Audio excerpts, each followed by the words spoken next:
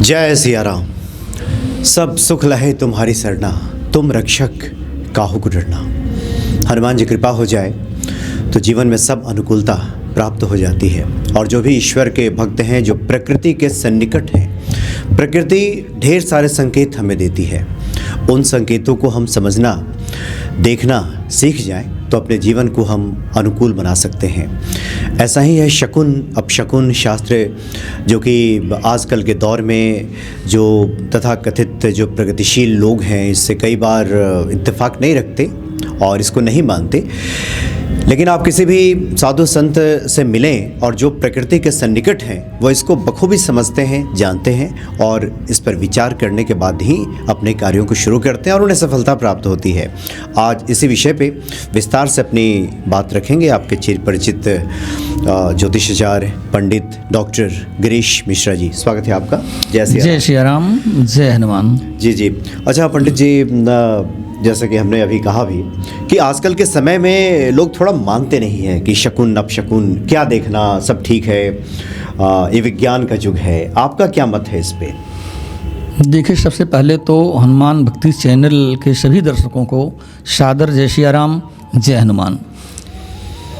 मानना ना मानना एक अलग विषय है जी। मानता हो जिस पर पड़ जाती है एक बार। हाँ। जो भुक्तभोगी हो जाता है वो बिना मनाए मान जाता है। जो भुक्तभोगी नहीं है वो कितना मना लो नहीं मानता है। कहते हैं जाके पैर न फटी बेवाई, सो क्या जाने पीर पर आई, है ना। हमारे जो ज्योतिष शास्त्र हमारा है, अच्छा, ज्योतिष शास्त्र की एक विधा है शगुन शास्त्र।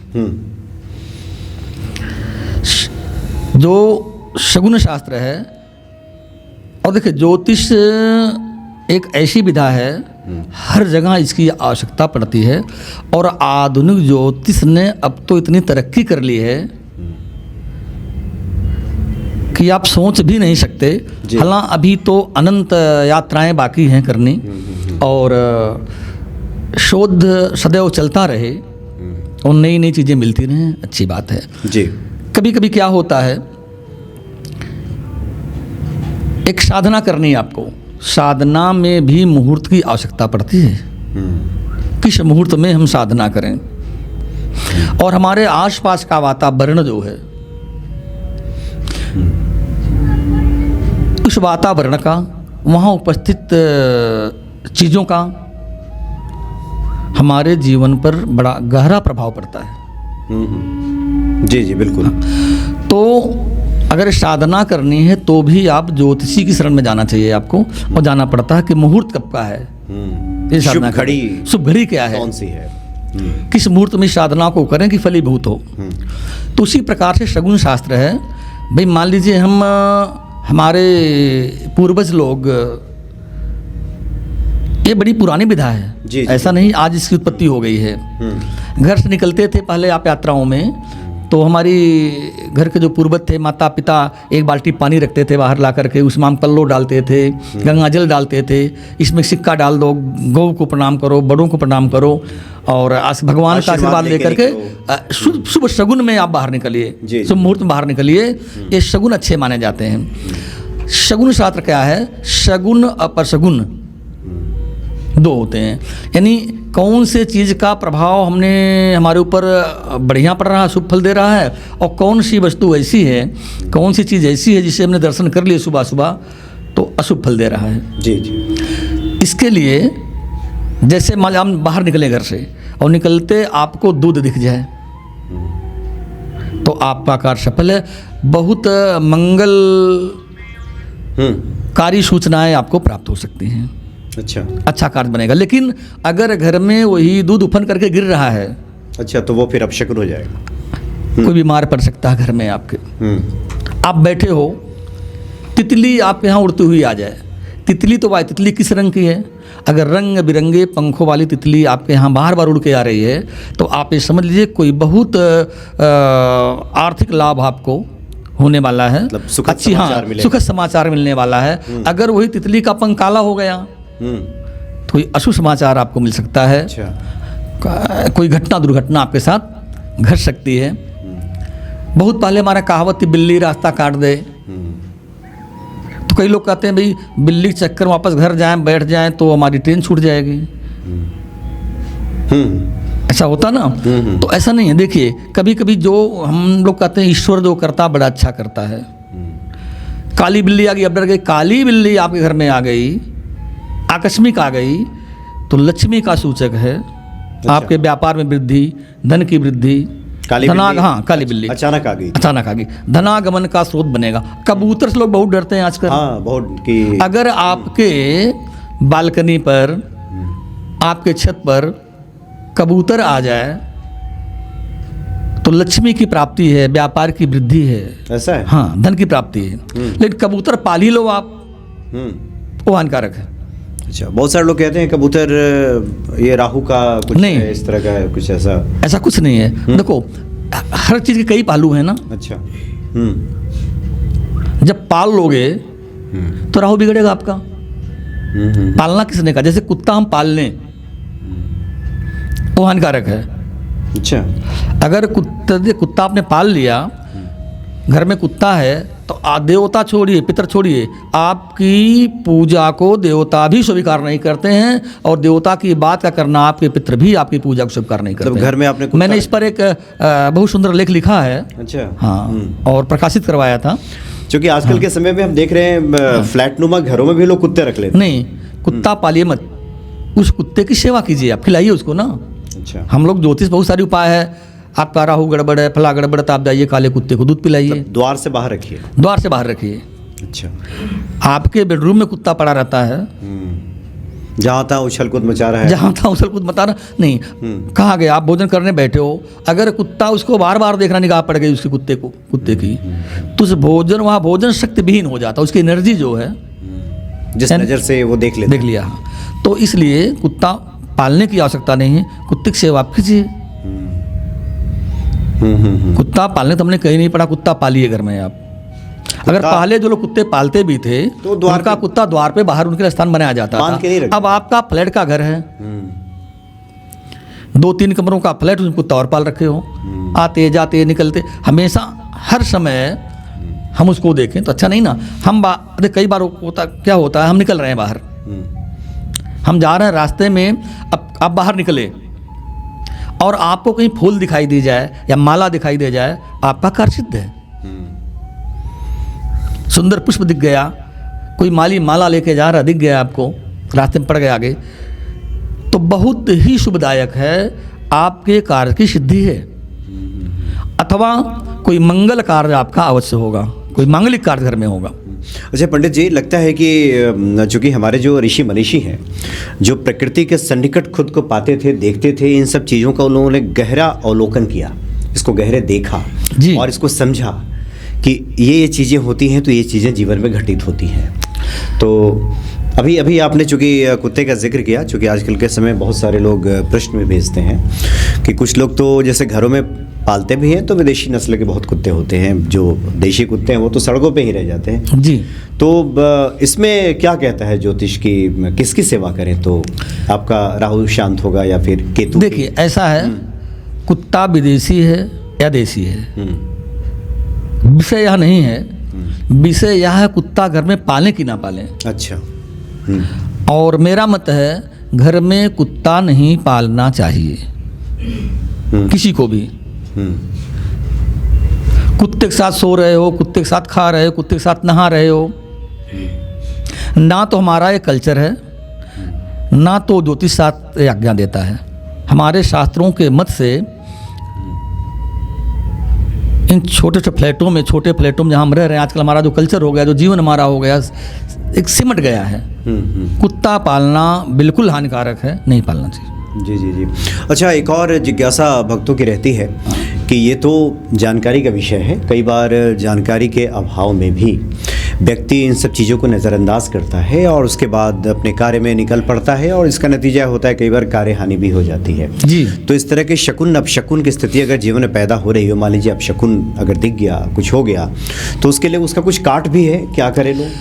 अब शकुन क्या दिखाया आपको? अच्छा। काट तो ऐसी होगी, जैसे मान लीजिए कल छिपकली गिर गई। अब छिपकली गिरना, अगर छिपकली आपके दाहिने अंग पर गिर गई, शुभ फलदायक है। अगर वामांग छिपली गिरी आपको तो लक्ष्मी प्राप्ति का सूचक है, व्यापार वृद्धि का सूचक है।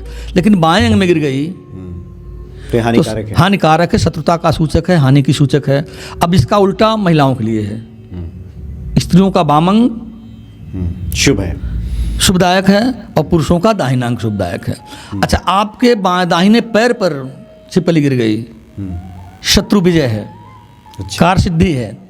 बामांग गिर गई तो हानिकारक है।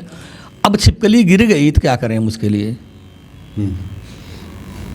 नमक लीजिए आप। अच्छा, नमक को अपने ऊपर से वार दीजिए, 7 बार वारिए और ले जा करके एंटी क्लॉक। अच्छा, वार करके बहते जल में या कहीं जल में आप डाल, कहीं कुआं हो, नहर हो, तालाब हो, डाल दीजिए। आइए, नहा धो करके अपने कपड़े चेंज करिए, कपड़े बदल करके आप भगवान को प्रणाम करें, जो अशुभ है हमारा दूर हो जाए। तो उसी प्रकार से इस प्रकार जितने अपशगुन हैं सबके निराकरण के लिए कोई न कोई शास्त्रोपाय बताई गई है। अब सबका वर्णन करना यहाँ बड़ा विस्तार हो जाएगा वीडियो का, जी, बड़ा विस्तार हो जाएगा। तो इसी प्रकार से उदाहरण मैंने दे दिया आपको। इसी प्रकार से हर अपशगुन को शगुन में कैसे बदला जाए उसके उपाय है।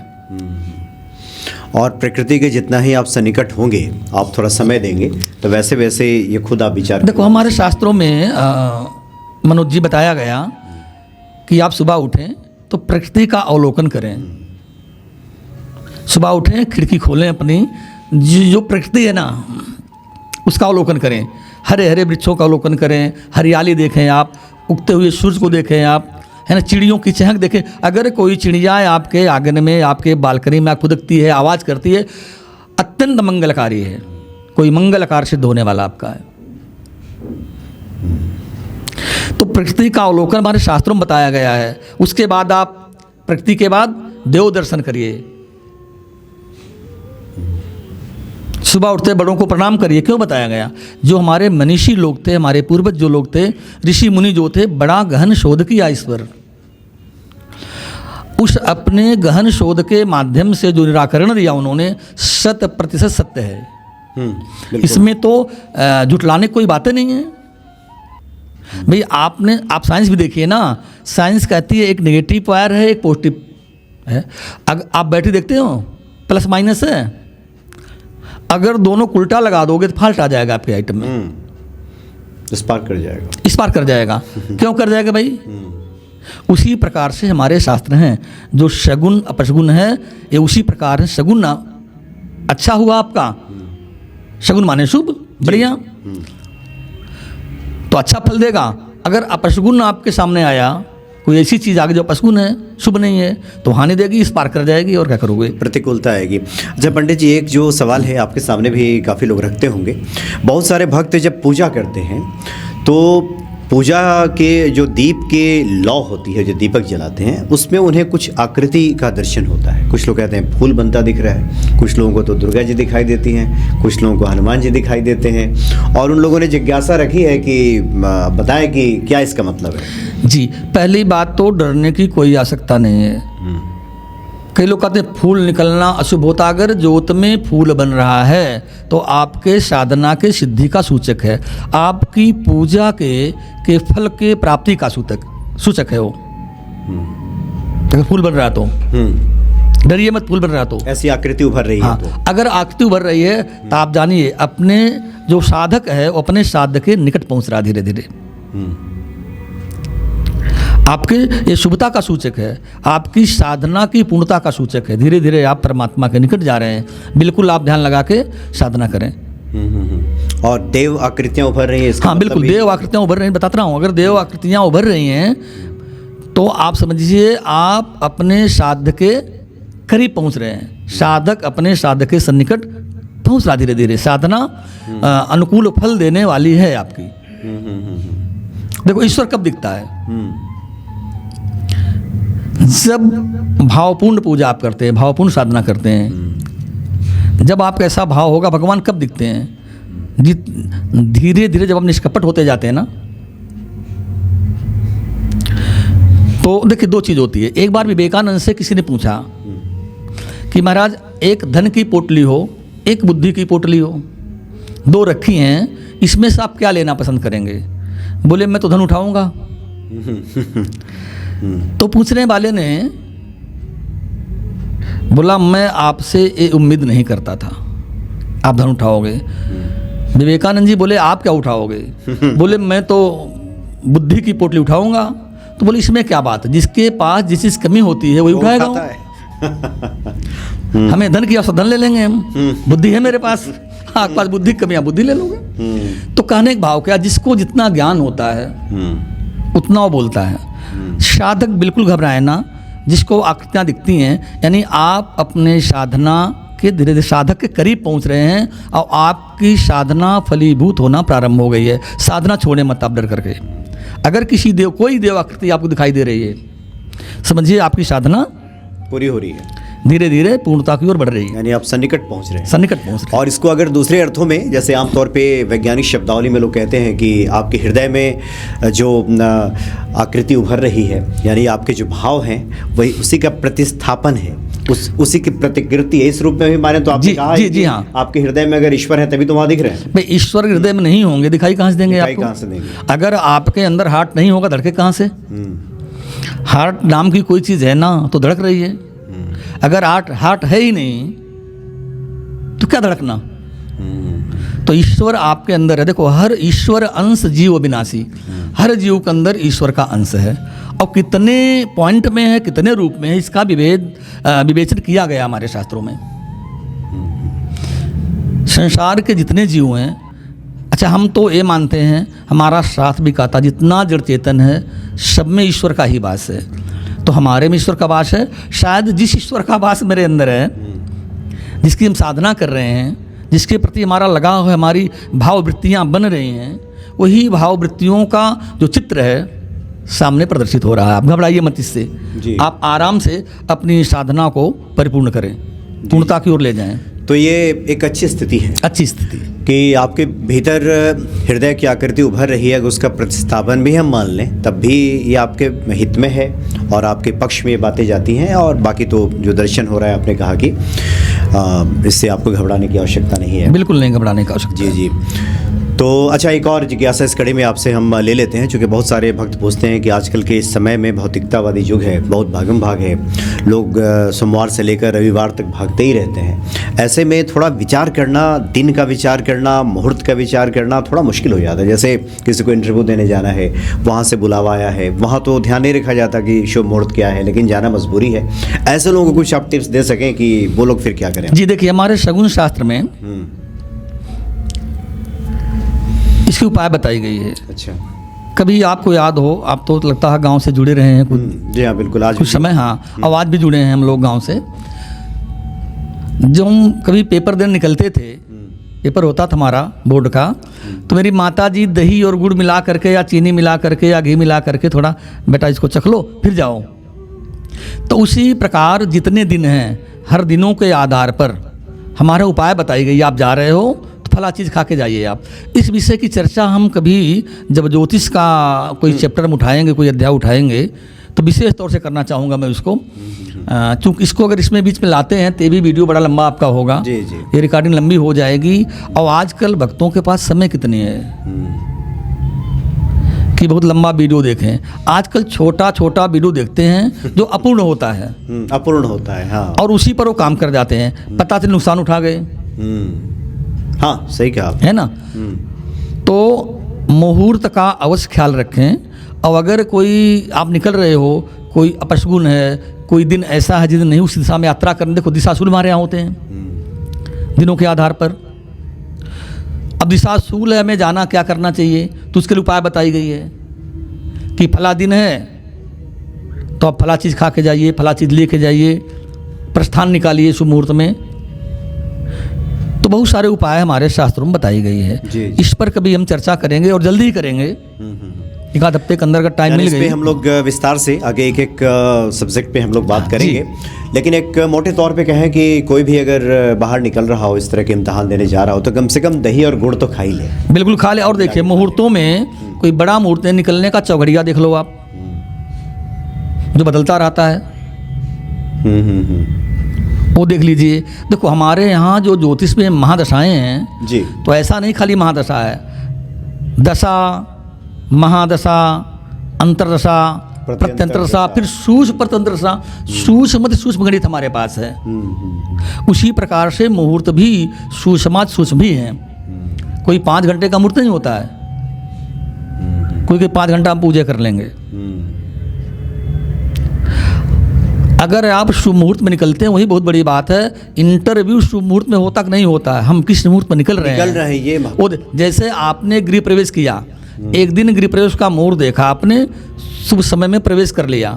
अब कब घर से आ रहे हैं कब घर से जा रहे हैं फिर आप नहीं देखते हैं। मान लो 1 हफ्ते आप कहीं बाहर चले गए, 2 महीने के लिए टूर पे विदेश चले गए आप, अब वापस आ रहे हैं फिर दोबारा मुहूर्त देख थोड़ी घर में घुसेंगे आप। हाँ वो तो उसी प्रकार जब घर से निकलते हैं आप तो अवश्य मुहूर्त देखें। अगर वह दिन शुभदायक नहीं है उस दिशा के लिए, दिशाशूल हो, कोई और चीज़ें हों, तो आपके पास तमाम मंदिरों आसपास मंदिर हैं, पुरोहित आपके कुल पुरोहित होंगे, आपको उनसे फ़ोन करिए। या तमाम वीडियो हम लोग पड़े रहते हैं किस दिन हम कौन सा उपाय करके जाएँ, दिशाशूल है तो हाँ क्या करें, तो उसका अवलोकन करिए आप। जी जी जी। तो इस तरह से आप अपने जीवन में शकुन को स्थान देकर के सफलता को प्राप्त बिल्कुल कर सकते हैं। और आगे जैसा कि पंडित जी ने बताया कि हम लोग विस्तार से इस पे बात करेंगे। बहुत बहुत धन्यवाद आपका। जय सिया राम।